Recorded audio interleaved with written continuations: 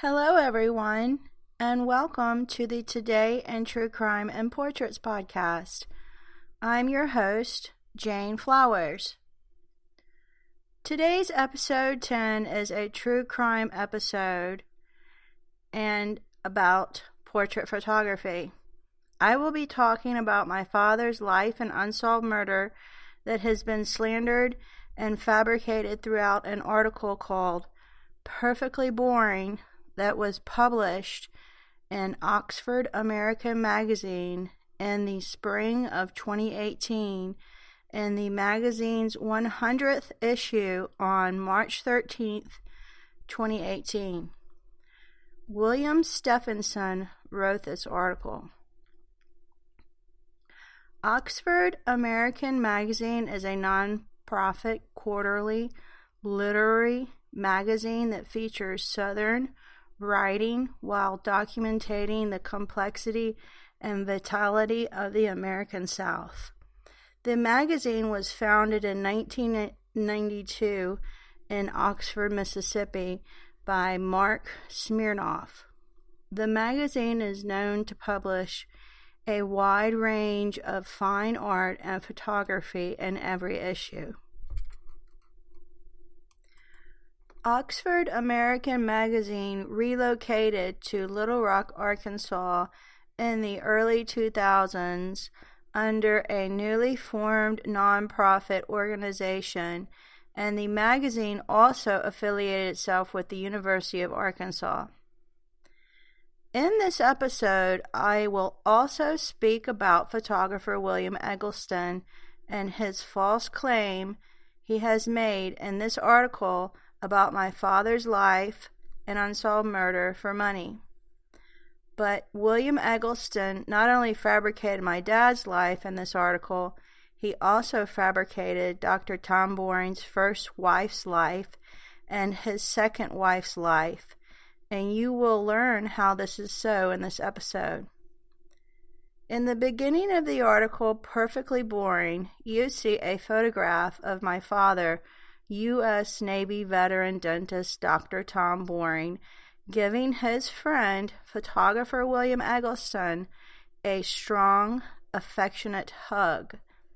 The name of the photograph is called Untitled, The Photographer with T.C. Boring, Greenwood, Mississippi, circa 1974, by William Eggleston, Eggleston Artistic Trust, courtesy of David Zewinner.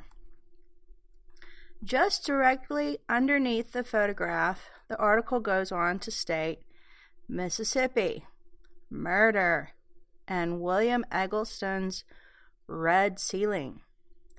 The article is not completely about Mississippi, murder, and William Eggleston's red ceiling. In the beginning of the article, we learn about how William Eggleston first tried peyote with his friend Jimmy Hall. Jimmy Hall is an actor that played a part in the soap opera drama called Dark Shadows. In the first 6 paragraphs of this article, you learn about how Jimmy Hall and his friend William Eggleston would hang out together and at times use illegal drugs. Illegal drugs like hallucinogenics such as peyote. Then, after 6 paragraphs, the article starts to talk about my father's life and unsolved murder. I'm going to read out on this podcast to you all every paragraph in this article that spoke about my father's life and unsolved murder per William Eggleston's account.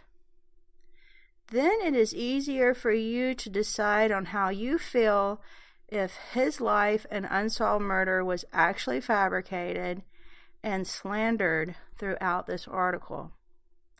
I don't want to leave anybody hanging and confused, so I thought this would really be informative while proving my point.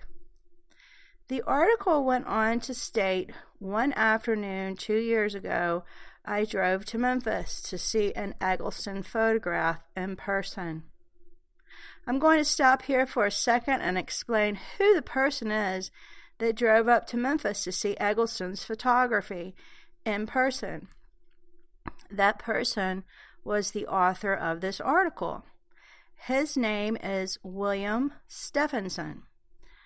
I have commented to Willaim Stephenson on social media such as Facebook and Twitter about the article that he wrote, and his response back to me was him blocking me on all social media accounts and refusing to respond to any of my questions about where he got his facts about my father's life and unsolved murder he spoke about in this article. I'm sure he had his reasons why he wouldn't speak to me about the questions he made regarding my father's life and unsolved murder. The article went on to state, I'd been interested in a photograph, which might be his most famous, for years, a bare light bulb hanging from the ceiling in a room painted a stark, eerie red, a red room in Greenwood, Mississippi in 1973. Okay, let me stop here for a minute.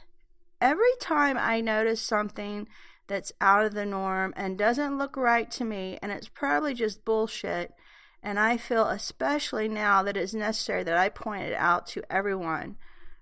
First of all, isn't it kind of odd that Willaim Stephenson is allowed to go to Eggleston's home in Memphis, Tennessee, and see photographs of my father and his home, but I'm not allowed to go there?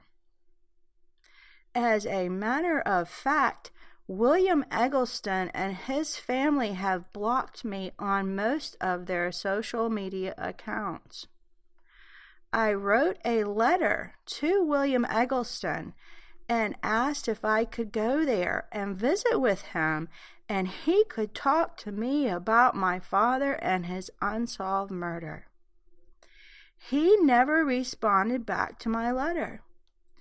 William Eggleston doesn't want to talk to me, and I'm not surprised if he really doesn't want to talk to me. Would you want to talk to someone and explain to them why you've been lying about their father's life and unsolved murder for money? I seriously doubt not. William put me in his film. He put my family in his films. My dad, my mother, and I are all in his films and at his portrait exhibitions in his photography, while William fabricates my father's life and unsolved murder for money. That's pretty fucked up right there now, isn't it? Now, getting back to this comment that Willaim Stephenson made when he said he was interested in William Eggleston's photograph called Untitled, Greenwood, Mississippi, 1973. First of all, the photograph was taken before March of 1971. The reason being for that is because the photograph was taken at 508 MacArthur Street in Greenwood, Mississippi.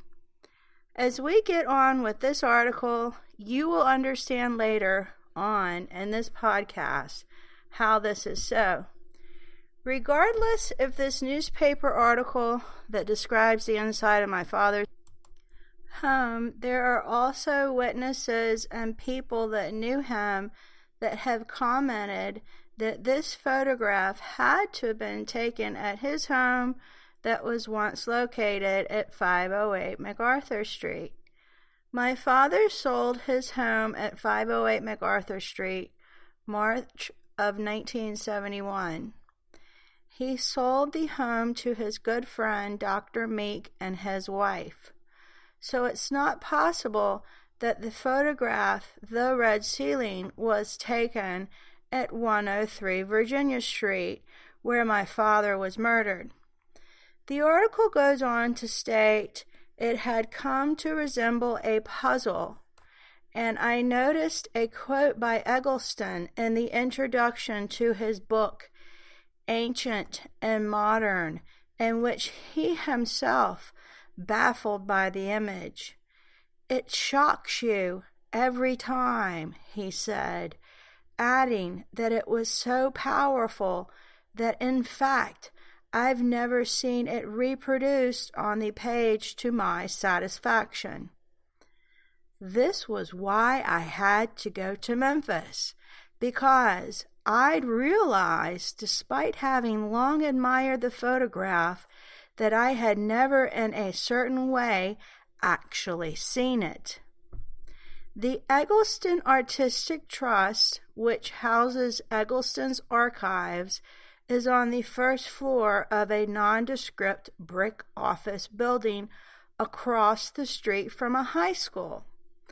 I was buzzed in by Eggleston's youngest son, Winston, who ushered me past tall metal shelves and filing cabinets into his office, which was warm and dimly lit. There were contact sheets from Eggleston's books on the walls, displaying familiar photographs in long, narrow rows, small glimpses of traffic and vernacular architects and otherworldly southern lawns. The room was a miniature Eggleston museum, complete with memorabilia.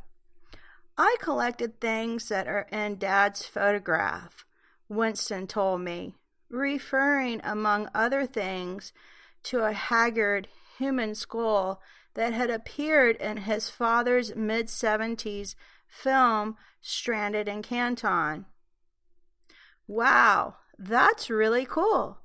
William got to go see the haggard skull that was in a scene with me when I was a newborn baby, and I was in the scene with my mother and Dr. Vernon Richards in William Eggleston's film Stranded in Canton. But do I get to see the haggard skull that was in the scene with me and William's film at Eggleston's home? Do you know the answer to this question?" I shouldn't have to answer it. Of course not. William Eggleston and his family avoid me like the plague. The article went on to state, "He was busy that day. The National Portrait Gallery in London was staging an Eggleston retrospective soon, and this would involve a great deal of preparation on the part of the Trust. Selecting pictures, packaging them for the trip overseas. There were even having new prints made of some photographs, which was no small task given the rapidly decreasing availability of the materials necessary for the dye transfer process Eggleston famously used. This was an expensive and laborious chemical procedure made more difficult, impossible, for most after Kodak discontinued production of its matrix film and other dye transfer materials in the 1990s. Since then, the family had been relying on a printer who had brought up large quantities of the remaining Kodak stock years before, freezing it for safekeeping. But her supply was dwindling. He almost out. Winston admitted, "What happens then? It's over.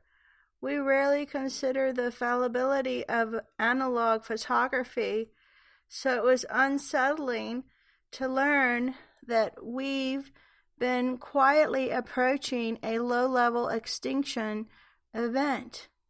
It's a lost art," he said. "It's sad, really."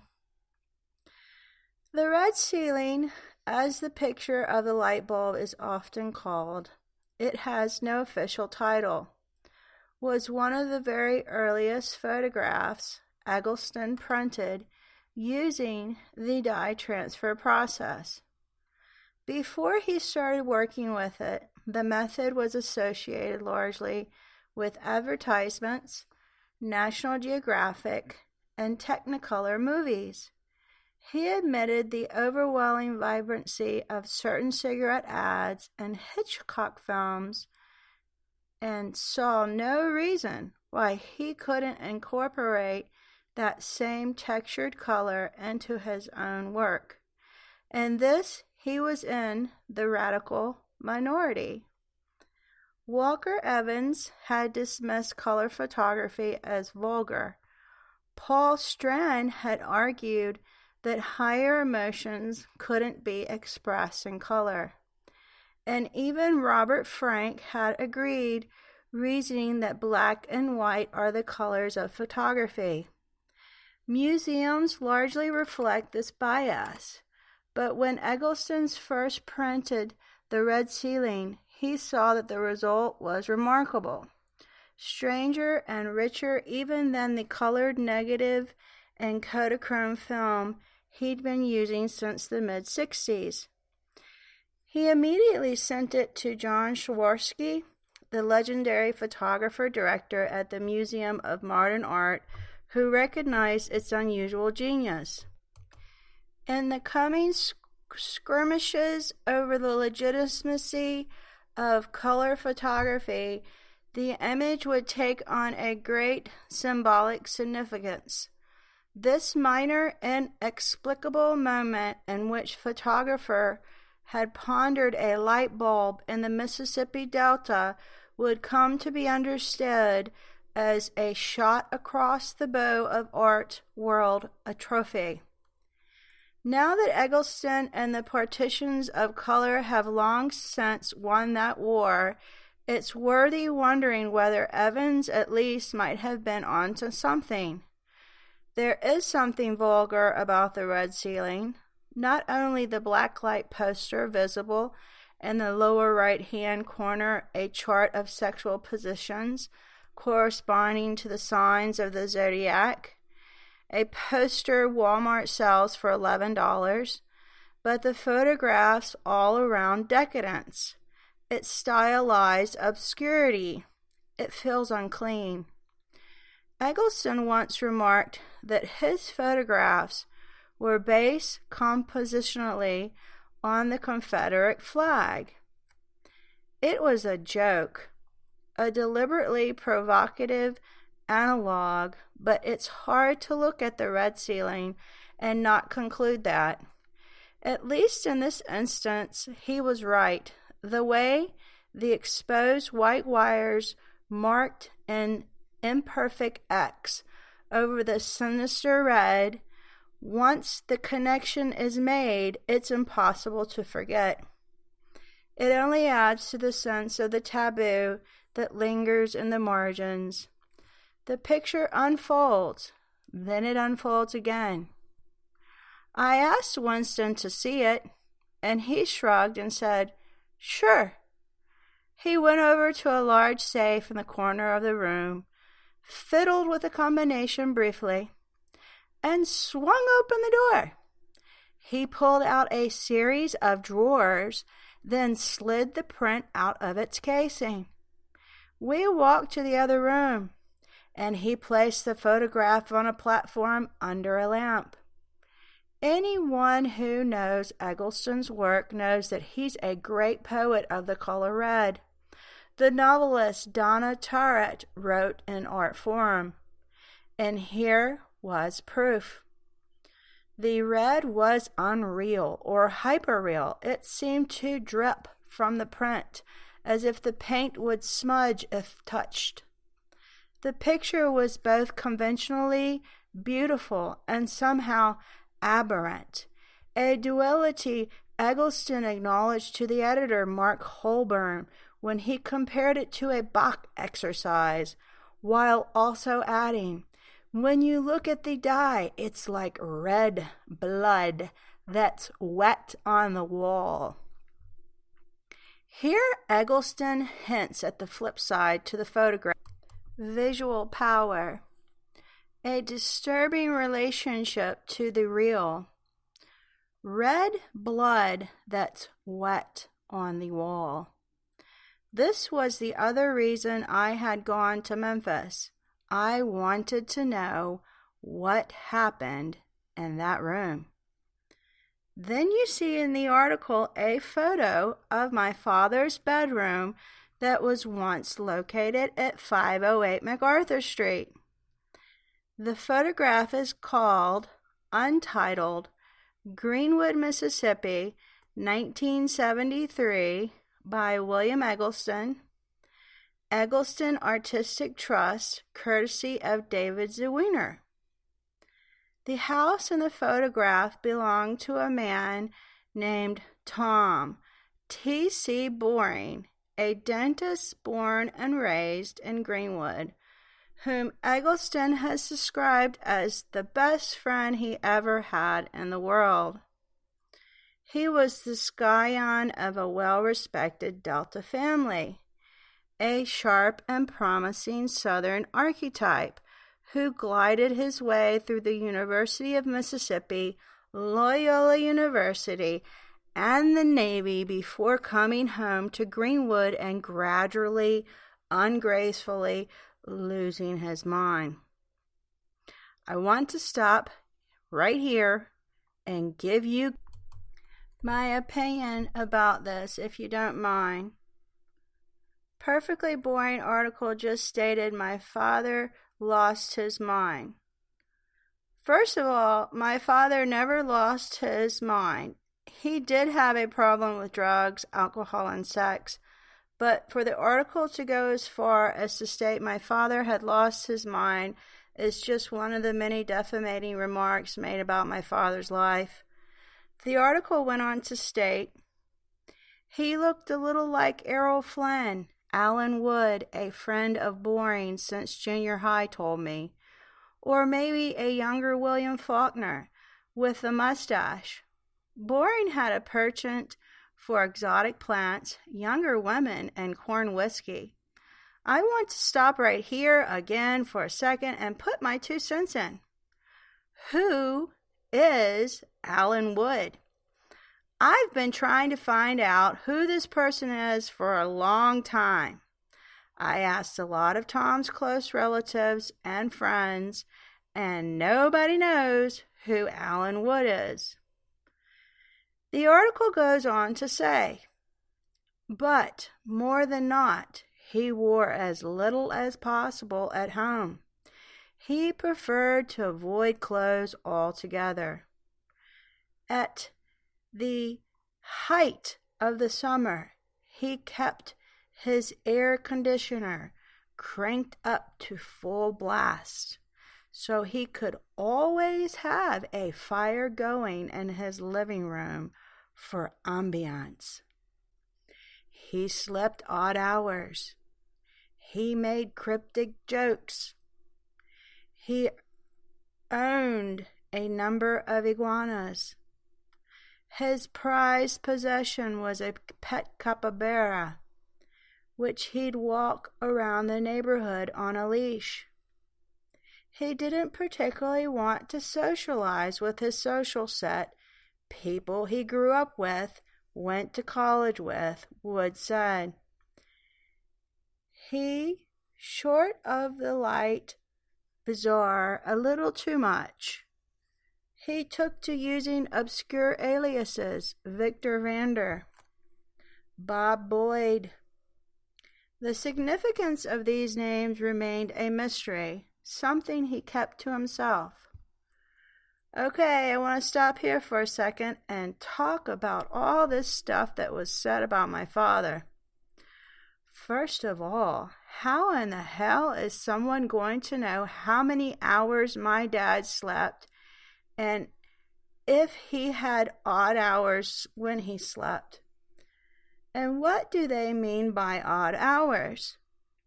My father was an alcoholic most of his life, and I know that he took sleeping pills to help him sleep. So I don't know about all this sleeping odd hours thing. Did he make cryptic jokes? Well, we're talking about a murdered man here. A lot of people make cryptic jokes. It's not unusual to joke about stuff. why Willaim Stephenson wants to talk about my father making jokes when he should be talking about his career in the Navy and what he accomplished in his life while he was a dentist.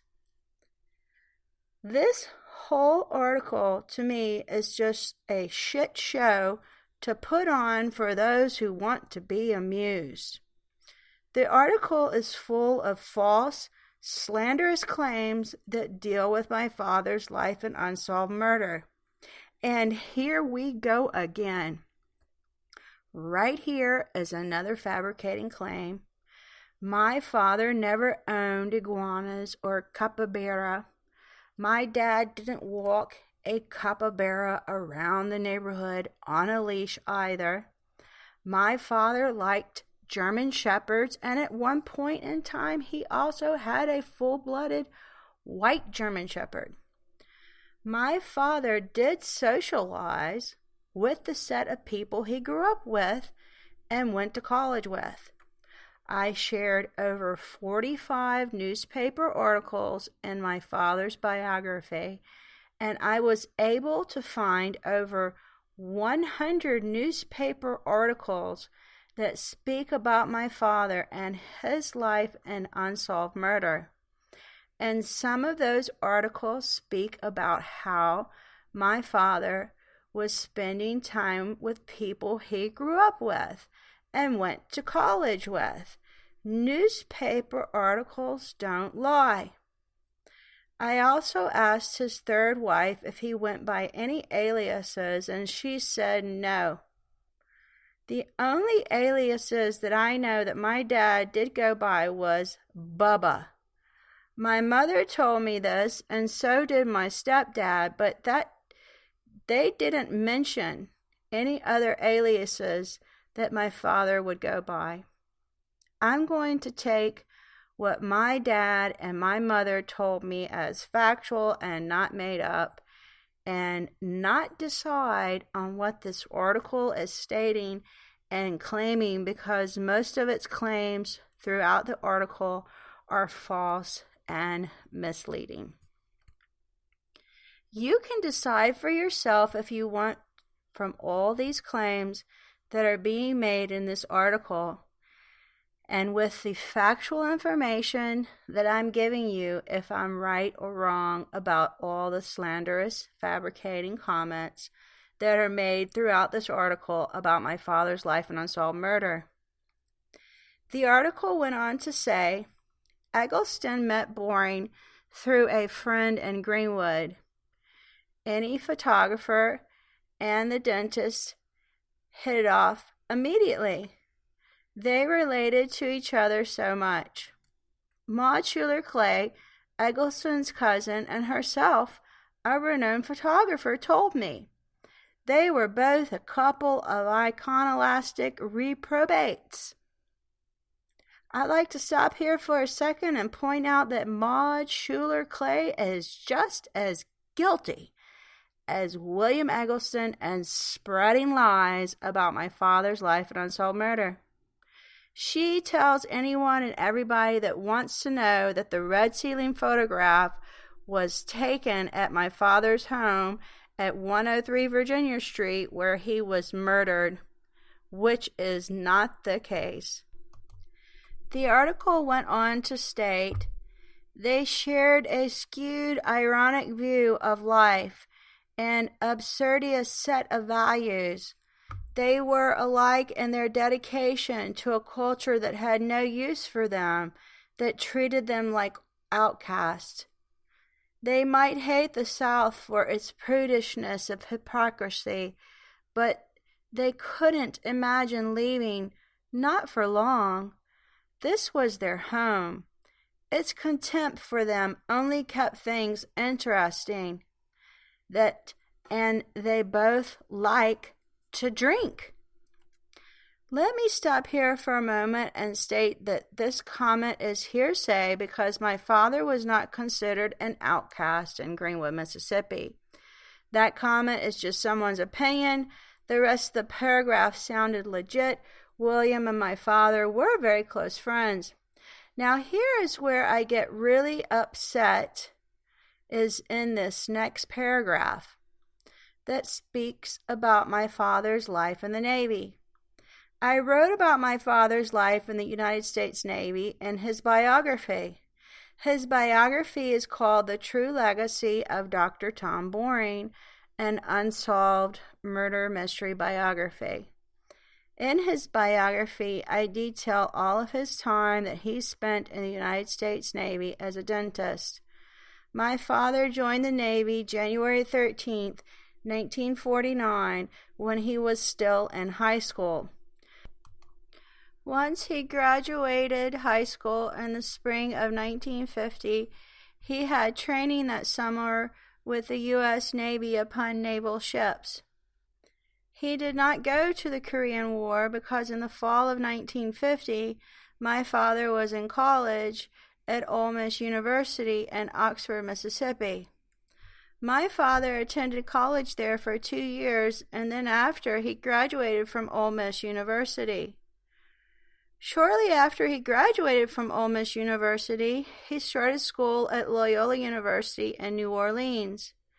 Then he attended school at Loyola University for 4 years, so it's not possible, as Willaim Stephenson and William Eggleston have been claiming in this article, for my father to do a stint with the Navy in Korea.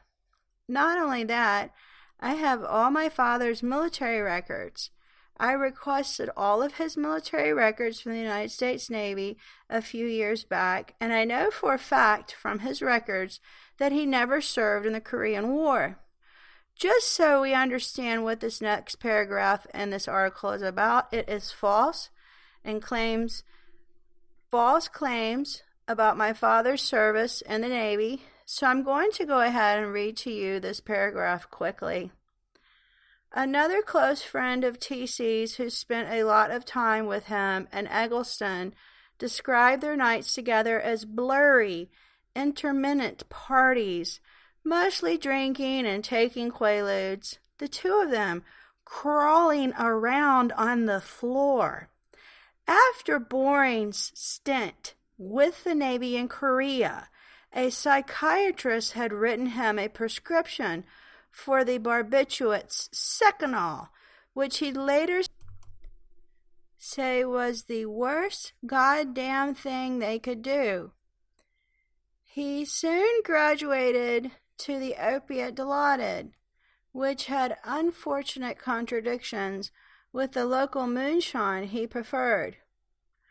Okay, so I'm going to stop here for a second and point out this article has already lied about my father going to the Korean War, so why should this piece that's added to the story even be considered to be factual in the least bit? It shouldn't be considered to be factual. In my opinion, it's a whole bunch of lies that have been put with my father's life in unsolved murder. The article went on to say, I've never abused in my life. Boring tells Eggleston in a scene from Stranded in Canton. At this, Eggleston laughs audibly from behind the camera. I mean, you're laughing about that? Boring says, smiling. But it's the goddamn truth. The article once again slanders my father's first wife's and his life with this comment here that I'm about to point out to you in the next paragraph of the article. The article goes on to state, by the end of the 60s, Boring had divorced his first wife and was living with an 18-year-old girlfriend named Mona. Okay, so let's get this straight. That right there isn't a right-out lie. I'm going to read to you from my father's biography, starting on page 61 at the third paragraph down, about my father's divorce with his first wife, Betty Ann Sterling. What I wrote about my father's divorce from his first wife in his biography is true and not some made-up lies. This is what I said in his biography. Sadly, Betty Ann and Tom grew apart while he was stationed in California, and she was about ready to call it quits and file for divorce. Betty Ann was not happy having her husband serving in the U.S. Navy far away from her, so she decided she would be better off divorced. By October of that year, Betty Ann and Tom's marriage had completely fallen apart. The two separated from each other. Tom ended up keeping their home at 508 MacArthur Street, and Betty Ann then finalized the divorce by filing on October 21st, 1960, just 4 years after she and Tom had married. So there you go, folks. Tom and his first wife did not divorce at the end of the 60s, as Perfectly Boring states. This is a fact. So now what do you think? Do you think there's going to be more slanderous fabricating comics as we go along? You're probably right about that one. So get ready, here we go. The rest of the article went on to say, whom he picked up at a convenience store one afternoon, somehow convinced to follow him to Greenwood. He could be persuasive in this respect. Tom said if you want to pick up a woman, that you look in her eyes and see how she breathes. One old friend told me, and you start breathing in rhythm with them, syncopated breathing, and the next thing you know, they'd be in bed. So pretty much that whole paragraph was just bullshit. More made-up fabricated lies that try to get people to believe all the false claims that William Eggleston likes to make with his most prize-winning photograph, which happens to be a photograph of my father's bedroom wall and ceiling, called The Red Ceiling. The article went on to state, in his small house on MacArthur Avenue, Boring had constructed a countercultural all to himself. First of all, I'm going to stop here really quick and point out that they did not even spell MacArthur right, and his house was not on an avenue, it was on a street, but not like these people are worried about if you know the truth or not. Getting back to the article, it states, he painted the master bedroom a dark red. The living room largely lacked furniture, while the rest of the house was filled with broken appliances and junk. There was rarely food in the refrigerator, and the cabinets, too, were empty. Visitors to the house remember purplish lights and the constant smell of burning incense.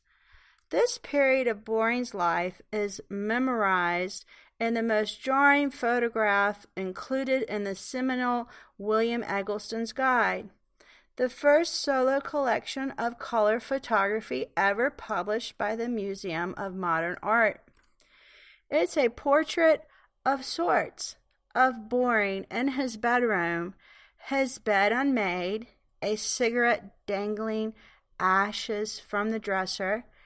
A large oxygen tank stands propped in the corner, and you can make out a few words scrawled in black on the walls.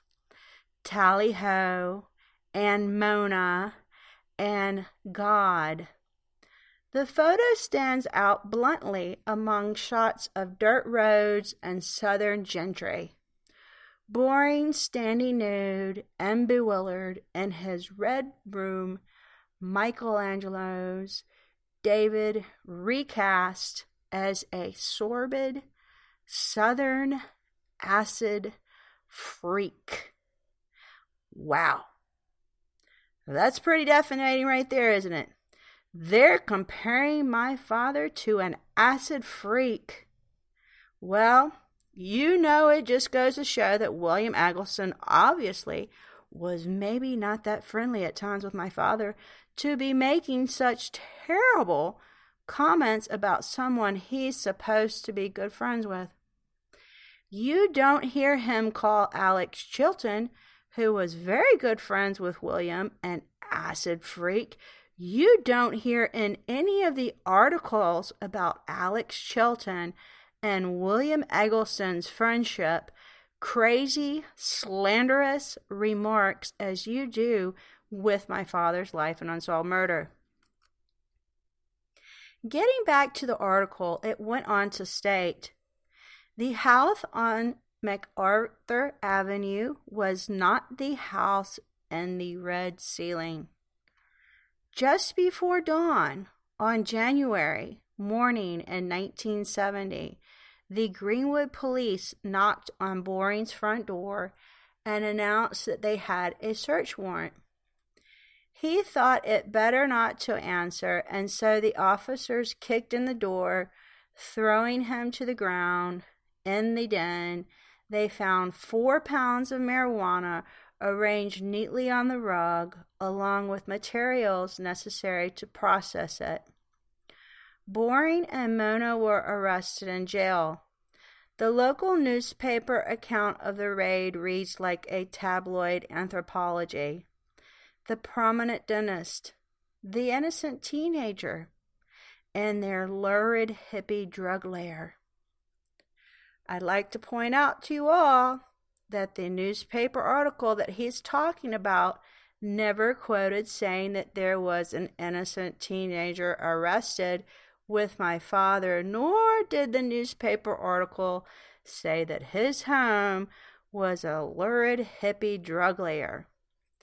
As you can see, these comments are just more slanderous, defamating comments that were made up about my father's life. As well, the red ceiling photograph was taken at MacArthur Street. This is a fact. Many people that are friends with my father had told me so. As well, there's a newspaper article dating January 31st, 1970, that speaks about the raid on his home that was mentioned in Perfectly Boring, that details the inside of my father's bedroom where the red ceiling photograph was taken. The article went on to say, a plaster cast of the rear part of a woman's anatomy hung above the fireplace in the den. The article reports a record on the photograph was entitled The Jimi Hendrix Experience. You get the sense that this has been a triumph for the city welfare. We have been working on this for a long time, Greenwood Police Chief Curtis Larry told the paper, and patience and hard work finally paid off. Boring was stripped of his dental license. I cannot find any sympathy for you, the judge told him in court. A professional man who would get himself involved in marijuana. Mona disappeared, and he moved into a new home behind his parents' house.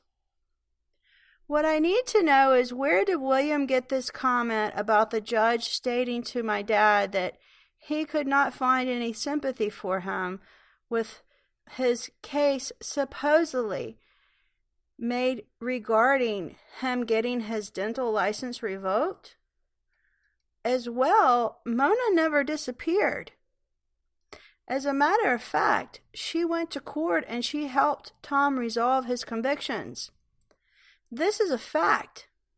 I speak about this fact in my father's biography in Chapter 8. In Chapter 8, I wrote about Mona attending court with him. She never disappeared, as Perfectly Boring suggests. The article went on to say, friends say he had an unusually close relationship with his family, his mother in particular, and they agreed to support him during the rough patch. They promised him $30 a week, and Clay told me all the meat he could eat. He soon grew back his mustache. He met someone new, Brenda, and they married and had a daughter. I'm going to stop right here for a minute and say that this comment made about my mother and father marrying after he had moved out of his house on 508 MacArthur Street is a lie. Truthfully, my father married my mother in January of 1971, and shortly after, they sold Tom's home at 508 MacArthur Street in March of 1971 to one of Tom's closest friends. I speak about this in my father's biography. This is what I said in his biography on page 120, third paragraph down. Then in early March, Tom and Brenda began making preparations to sell their home at 508 MacArthur Street and move to 103 Virginia Street next to Tom's parents. Tom and Brenda were ready to start over new in a new house that did not have the reputation that Tom's home on MacArthur Street had, with all the wild parties and the raid. Tom's good friend Walter Meeks and his wife, Bonnie Meeks, ended up buying Tom's home. Walter and Bonnie were good friends with Tom, and they were very happy to be able to purchase the lovely property for a fair price. The deed to Tom's home at 508 MacArthur Street was signed over to Walter and Bonnie on March the 8th, 1971, just 7 weeks after Brenda and Tom had eloped and married in Alabama. After the deed to Tom's home was signed over to the Meeks, he and Brenda were settling down into their new home that was located at 103 Virginia Street in North Greenwood. So as you can see, my mother and father married before he sold his house at 508 MacArthur Street to his close friend. You see what I'm talking about, I'm sure. Everything that I've stated to you is factual. Nothing is made up. Meanwhile, most of this perfectly boring article is completely false and misleading. Getting back to the article, it went on to state, but Boring didn't feel any different. If anything, he felt even more liberated than before. He took it upon himself to repaint the new house, to really settle in and make the place his own. He painted one room a solid blue, and in another that would become his accidental art historical legacy, he painted red. Just as Boring's life was thrown into turmoil, Eggleston's career began its swift ascent. His resilience had been noted before, his uncanny ability to outlast the most extreme outer limits of debauchery. As Winston put it, most of his father's circle paid for their lifestyles in the end, except my dad. He's got that insane constitution. If Eggleston admired and aestheticized the contrast between Southern dignity and decay, Boring embodied it. More than anything else, Boring had become Eggleston's muse. Tab Falco, Eggleston's first darkroom assistant and later frontman of the Memphis art rock group Panther Burns, describes the figures his former mentor was drawn to as personalities of huge dimensions, consumed with their times, transient, trenchant, and utterly doomed. Wow, that's pretty degrading right there, saying that my father was utterly doomed. No respect for a murdered man, I see. This whole article is just slanderous, fabricating claims and comments about my father's life and unsolved murder. The article went on to say, Eggleston began dividing his time between Memphis and New York City. He dated the Warhol actress Viva, who later called him, not without affection, an exaggeration of the worst in every man. When in town, he'd stay at her room at the Chelsea Hotel. Room 714, an easy one to remember, as it was the same number stamped on the Quaalude tablets, then in circulation.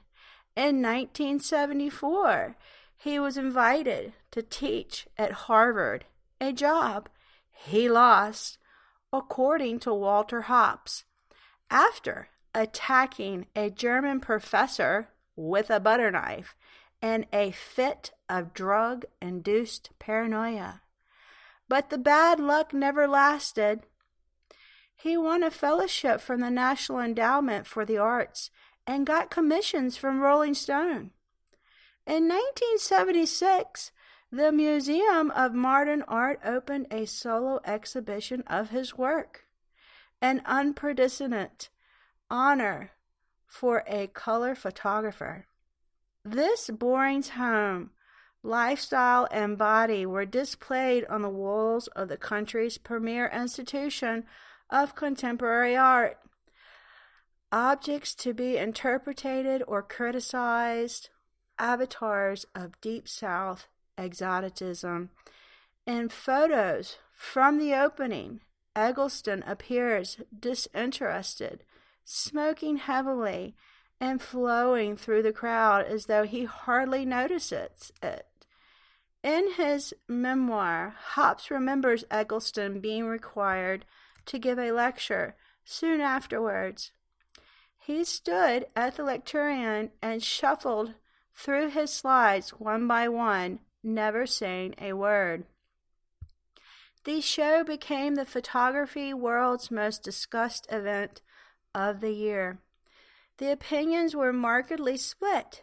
John Szorski, the curator, wrote a rapturous tribute to these pictures of aunts and cousins and friends, of houses in the neighborhood and in neighboring neighborhoods, all of which appeared as it might in a diary, where the important meanings would be not public and general, but private and esoteric.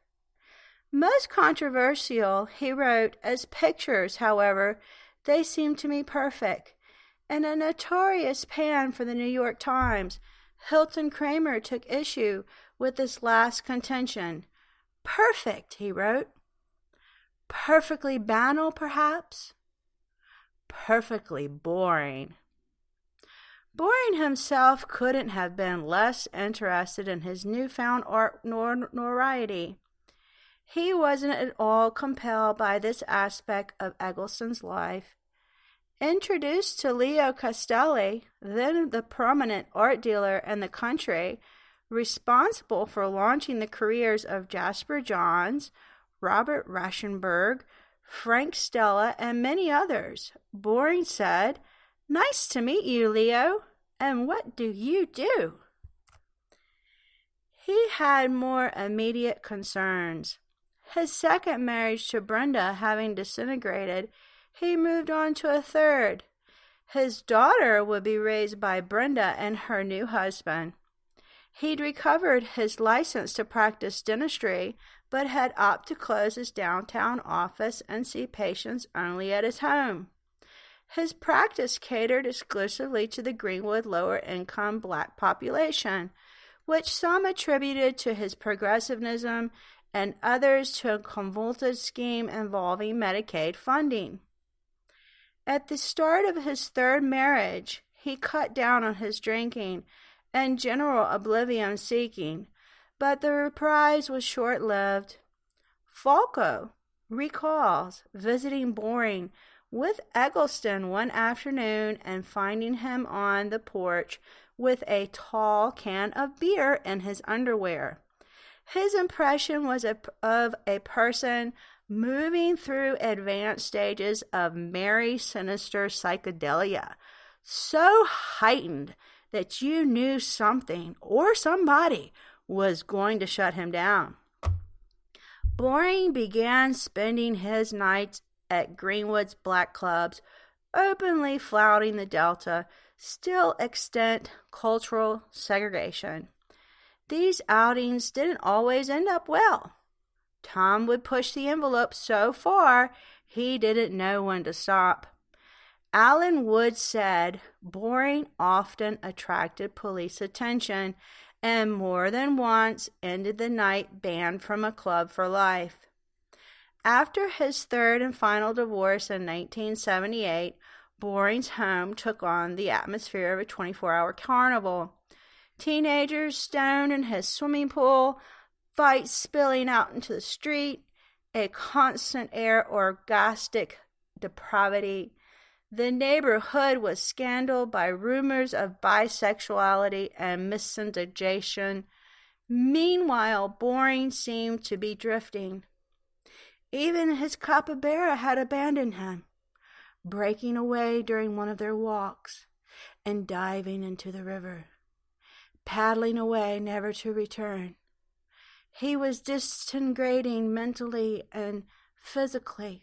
A close friend remembered. His conversations began to move diagonally, along meandering courses, impossible to follow. He slurred his words. His smile, which had always been enigmatic, took on a quality closer to the grotesque. I want to stop here for a second and note that my father never owned a swimming pool at 103 Virginia Street.